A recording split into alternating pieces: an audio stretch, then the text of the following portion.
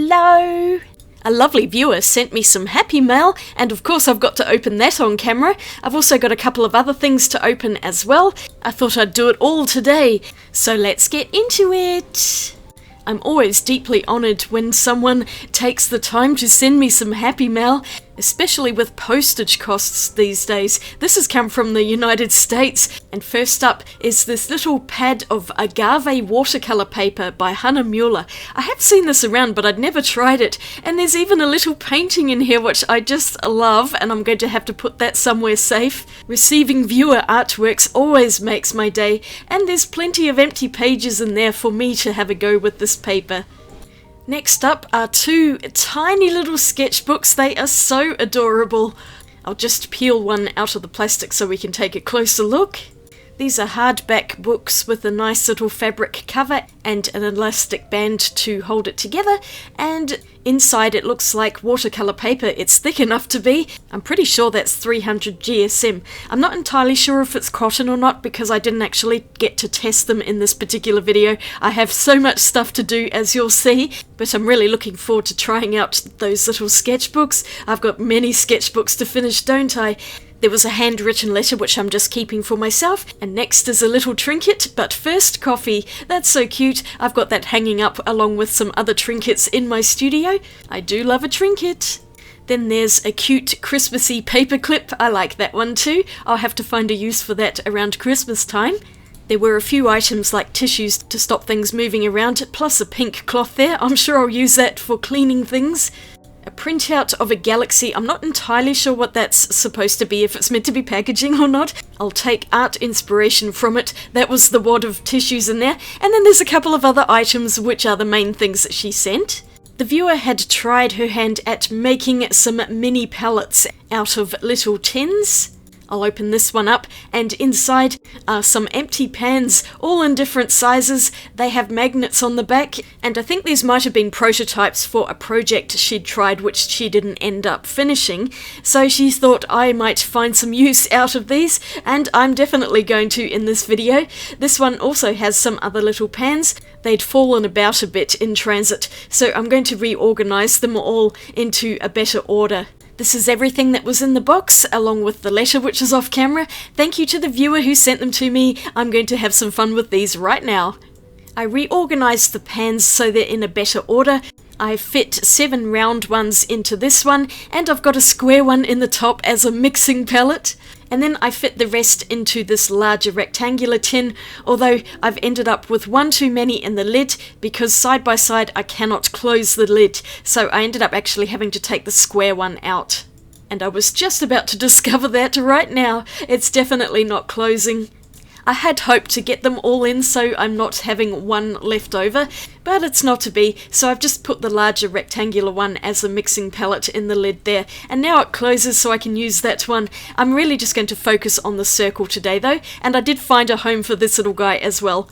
I have some new watercolour tubes, 4 by Daniel Smith, Jaune Brilliant number 1, Jaune Brilliant number 2, and a third one, Coral Reef. These 3 are new release colours by Daniel Smith in 2025. I also bought Prussian Green because I like Prussian Green from the Schminke range, so I thought I'd try the Daniel Smith version. And I also bought a couple of Holbein tubes. I have them all in 5mm, but I'm going through Indigo quite quickly because it's one of my favourites. I also really like Davies Grey, so I thought I'd pick these up in 15mm tubes. And I thought I would try out all 6 colours and put them in this little tin. There's 7 in here, but I'm just going to leave the middle one empty for now, and we'll see what kind of unusual palette this is going to create. And I must say it was pretty hard to pour brand new tubes of paint into these tiny pans. I guess they'd be a quarter pan. I mucked around with this for ages. But eventually I got all 6 colours squeezed out, and I'll swatch them now. I used my swatch stencil, and I'm going to make a fairly large swatch, even though it's a tiny pan of paint, starting off with Jaune Brilliant number 1. I'm always going to mispronounce that. I want to say Joan, but I'm pretty sure it's Jaune, which I think just means yellow. Why couldn't they just say that? Anyway, this is Jaune Brilliant number 2, which is more orange than the first one, and both colours are very pastel-y. They've got white mixed in with them. They're pretty colours, but I'm kind of on the fence as to whether I'm glad I bought them or not. I think they're starting to grow on me. The one I really wanted is the Coral Reef. It's a really pretty pastel pink, once again with white mixed into it, but it just appealed to me, and it's actually made with an orange pigment there. Next is this random one, Prussian Green, and as soon as I painted it out, I knew this was going to be my favourite of the 4 Daniel Smiths. It's a lovely dark, rich green, and you know I love my dark greens, so I'm super happy with this. It's a mix of Prussian Blue and Hansa Yellow Medium. Quite an unusual one. Next up is Holbein's Indigo, and it's probably one of my most favourite indigos of all brands that I've tried.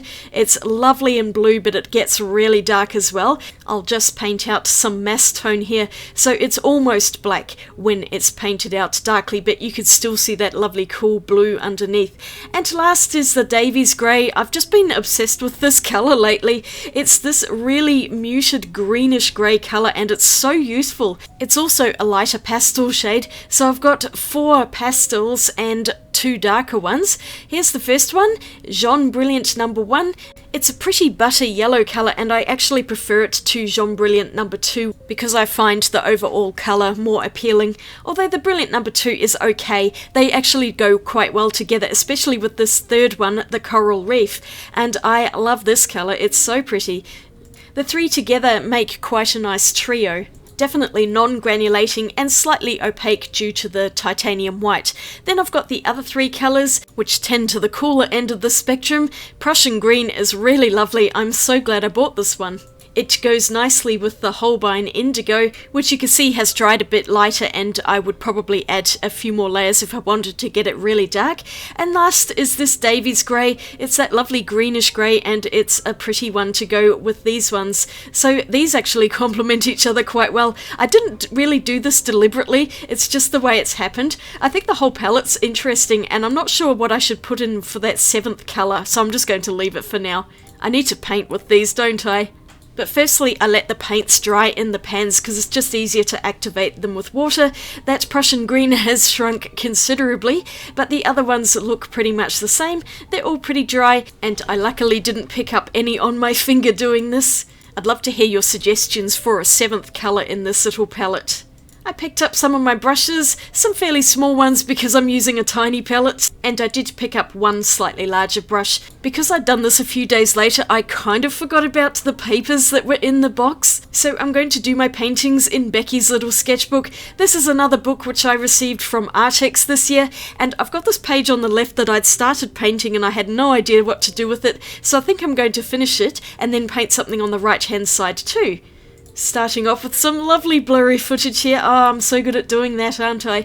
And I'm going to paint a bunch of mountains, starting off with a light wash and then building up the colour as I come forward. The light mountains then move into the distance and the darker ones come into the foreground. Now, this is an easy one, but it does take a lot of time because you do need to let every single layer dry, and it's just very time consuming. I started off with the Davies Grey, and then I'm gradually mixing in the Prussian Green so I can get some darker tones in the front, and then I mixed Prussian Green with Indigo to go darker again. I was just making this up as I went along, and it started off well at the top, but I did lose it at the bottom of this painting, which you'll see in a little while. Even though it's tiny, that square mixing tray in the lid, it actually worked out pretty well, and I was able to get some little mix in it, although pretty much just one lot of colours. I was quite enjoying this little tin though, and it would be fun to make a super minimal travel kit where you've just got this tin, maybe a travel brush and a sketchbook and a pen and pencil. It was also working fine in the studio. This is where I started having trouble because I had so much paint on the paper at this point it was really starting to lift, and you can see it's gotten quite patchy at the bottom of the paper. I thought in my wisdom I would paint on some India ink in black, and it's just a bit of a mess. I wasn't too happy with it, but I kept going, and I'm using some random gold gouache that I had lying around from a previous painting session, and I'm just lining all of the mountains mountains with gold to make it look a bit more interesting. I liked the top, but this is where I stuffed it up by painting extra lines on there. It just makes no sense, and I really hated the bottom of this painting. The ink's just gone all yucky and it doesn't look right. So I was thinking I need to cut this off somehow and just retain the top of the picture. I'll come back to that later because I came up with a solution for it, yay! But now I'm going to fill the other page. I'm using some very skinny washi tape to lay some lines onto the paper and create some geometric shapes. This is because I had absolutely no idea what to do with the yellows and pink colours, so I just decided to begin with I'm going to paint in a background. I coloured all of the segments with a light layer of the yellow, orange and coral.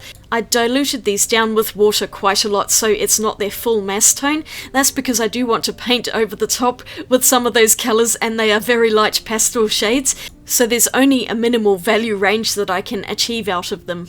Just finishing that up here, and then I let it dry. After that I peeled off all of the tape. It's always so satisfying to do that, and I think these colours created a really pretty pattern. I love the white lines in between. Now I'm just painting on some blob flowers, and I made a mess of the first one, so I kind of had to fix it up as I was going along.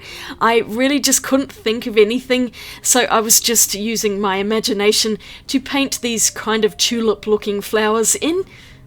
2 of each colour, and then I'm using that Davies grey to paint in some light stems because I wanted that pastel look and I didn't want to go with the darker green for this one. It actually worked out quite well, and it does look quite green even though it is meant to be a grey colour. The other colours I think bring the green out on this, and I'm using some more of that gouache. I'm pretty sure it's a Holbein gold out of a tube, and I just didn't want to waste it, so I let it dry on the palette and it re-wets in water.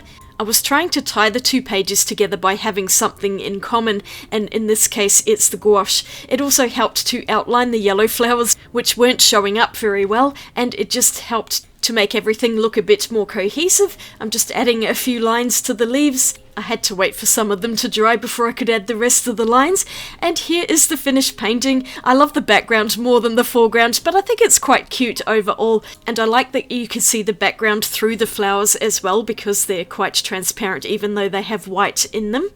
But this side was annoying me still, so I came up with a solution to hide some of it. And I'll just go and grab that. I didn't want to cut the page out, but I can add something on. And I went through some of my Daphne's diaries, which always have really pretty illustrations in them, and I thought I might be able to cut this bit out and stick it on at the base of the picture, so it covers the ugly bit at the bottom, and then it's like a mountain range behind a village scene. Just using a bit of glue stick to make sure all of the paper is covered evenly, and then I'm going to stick it down over the top of all of my mess and hide it. Doesn't that look so much better already? This magazine illustration just goes so well with this painting. Although I did accidentally rip a little bit in the middle there, as you could see, so I was looking around for something else to cover that up. I found some butterfly stickers in my stash. That little gold one will do. It's going to be enormous by comparison to everything else, but I actually think it looks quite cute there, and it's shiny gold, which matches in with the gold gouache on both of the pages. Here's my finished page spread. I'm really happy with it, and I'm glad I thought to cut out and collage that magazine picture over the top of my messy mountains. I like the background now. I think it looks great. I love it when I can fix up my mistakes.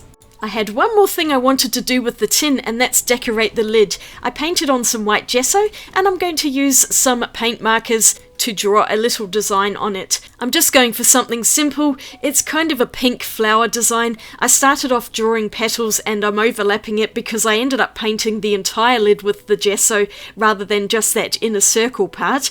It was just too precise and I couldn't quite get it, so I just figured I'll just do the whole thing.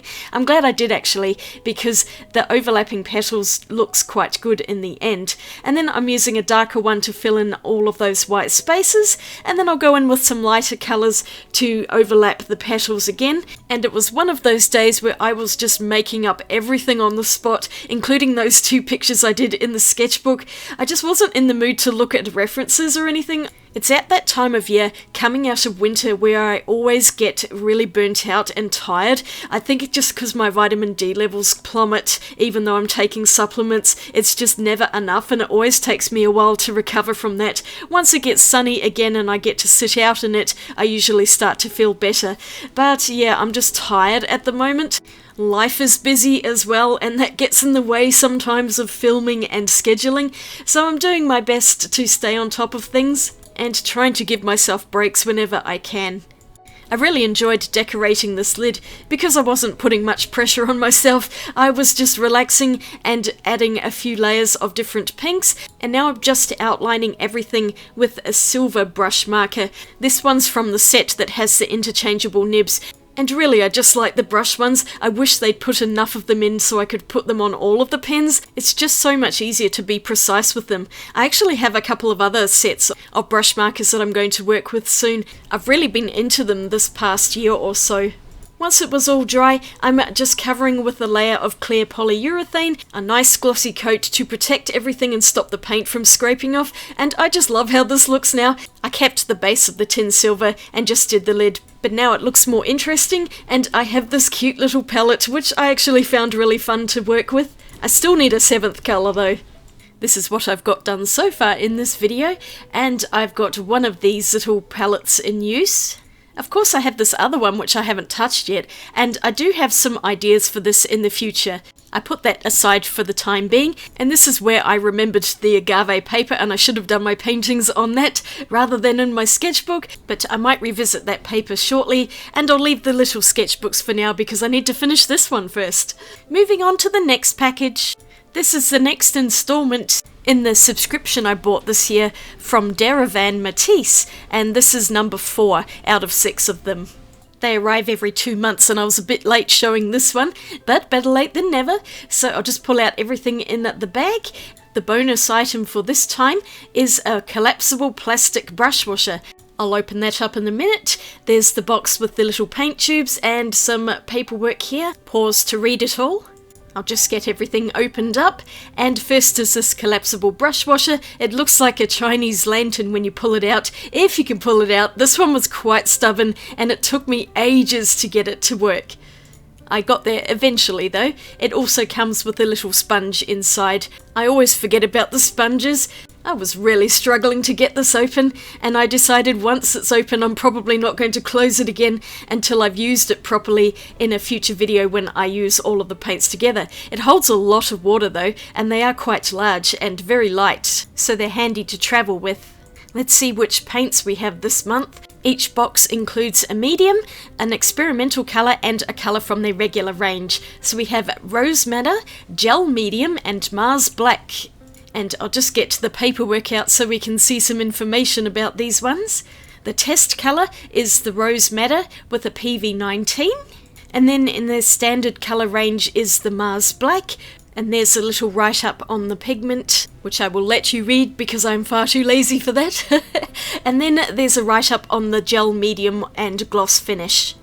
I haven't really been testing out the mediums as I've opened the boxes. I think I might do that at the end when I have all of the colours and I can test out everything together. I'll definitely swatch the 2 colours though, and I'll just grab my swatch book for that.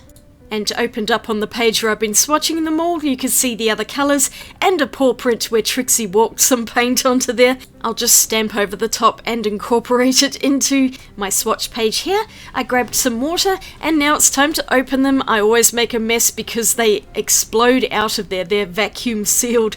I had so much Rose Madder on this swatch, more than I needed, so I've grabbed another sketchbook and I'm just going to paint the rest of it into there. I painted a big Rose Madder heart. It's such a beautiful colour.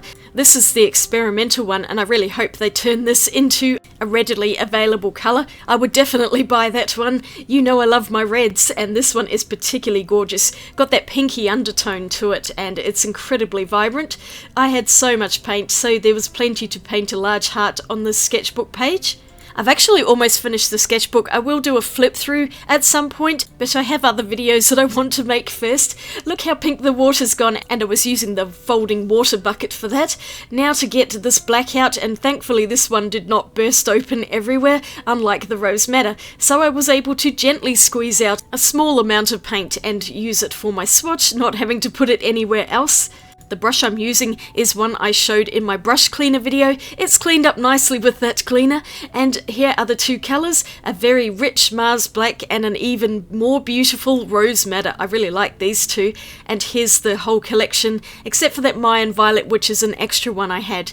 I figured I would do something with this heart eventually. And now it looks like this. I used paint pens for the rest of it, I think. So no paint was wasted.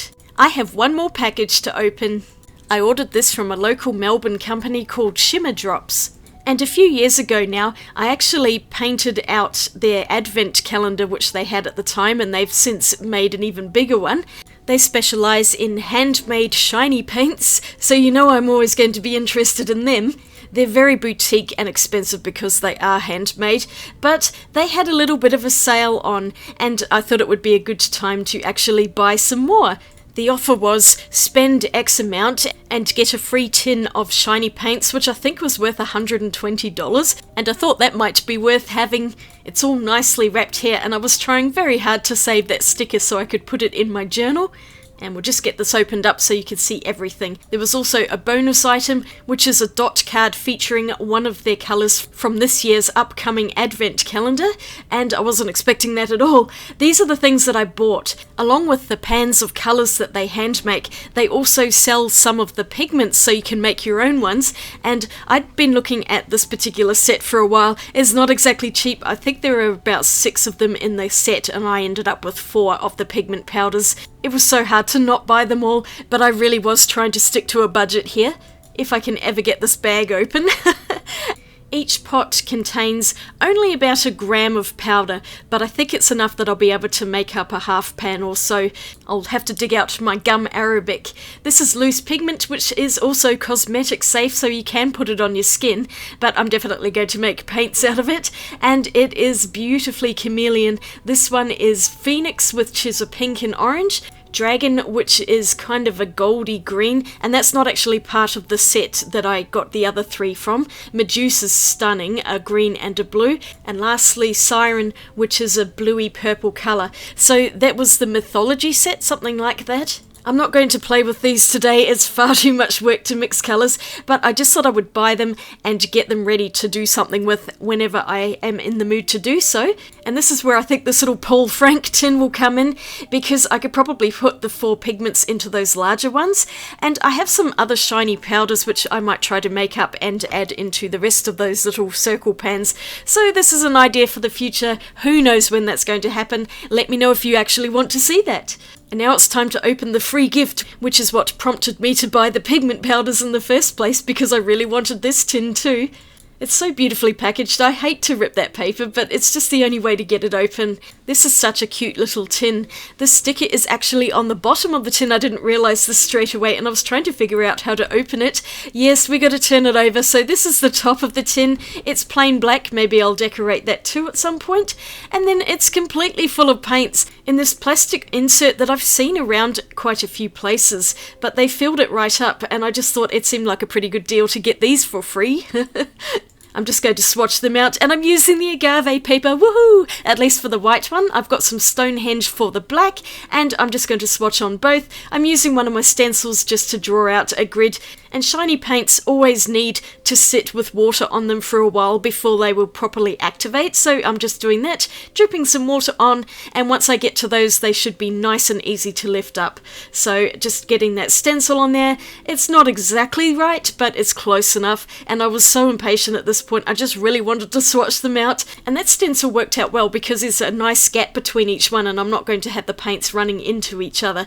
So I just did pretty much exactly the same thing on the black, using a graphite pencil which will show up on the black paper. You can see that quite easily there. I was so excited to swatch these, and the paints lifted easily after I'd left the water on there to activate them properly, and they're really beautiful.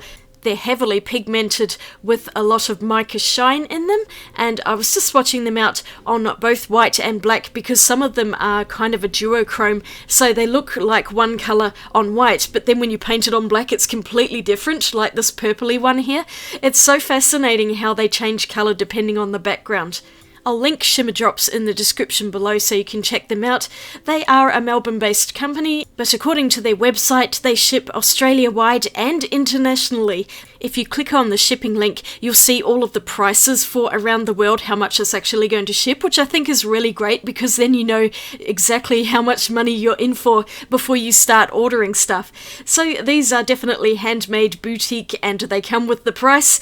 But they are really high quality, and these shimmer colours look especially amazing on that black paper. And no, they haven't asked me to endorse them or anything. I just think they are really nice, and I'm quite happy with my little purchase here. I especially like that this tin was free, woohoo! Although it did cost a fair bit to get those pigment powders, I guess. What can I say? I'm a sucker for shiny objects. Just finishing up here with the last colour, and then we'll take a look at them when they're fully dry. Oh, and I had this sneak peek of their Christmas advent calendar. I just quickly painted that out on some scrap paper. And here we go. These are all the Shimmer Drops now that they're completely dry. They look nice on white paper and they live up to their shimmery name there. They're all really shiny and beautiful, but I think on the black paper they just really come to life. Just how gorgeous are they? And you can really see the pigment showing over the top of black. Sometimes it just disappears into the black paper and all you're left with is silver mica. So these are definitely good quality because they've retained the colour on the black paper. They're looking quite opaque as well. So I'm very happy with my freebie here and my purchase overall. And I'll just grab that Christmas Advent calendar one that we have here.